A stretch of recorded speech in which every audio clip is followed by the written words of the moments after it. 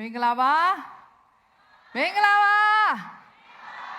ကြော်ကြလာဒီနေ့ပျော်ပါပဲနော်တောင်ပေါ်ကိုလွမ်းနေတဲ့သူတွေရှိလားအမေအိမ်ကိုလွမ်းနေတဲ့သူတွေရှိလား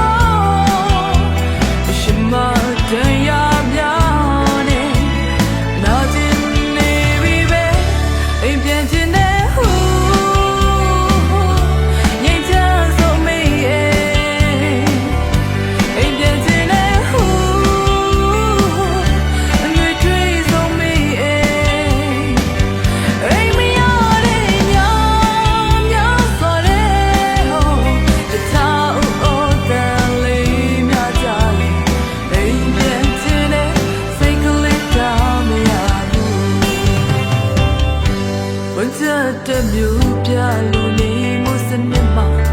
စီမြောက်ရင်နေအမိသေးတဲ့ခေတ်တစ်ခုဆုံးထိရောက်ဖို့ကြိုးစားနေသူမှာယူသားရဲ့ခြေလက်ကအမေအင်္ဂလိပ်ကြောင့်တွေးမိနေလို့မြေရောက်ကအိမ်မဲရင်ကျွန်တော်လုံး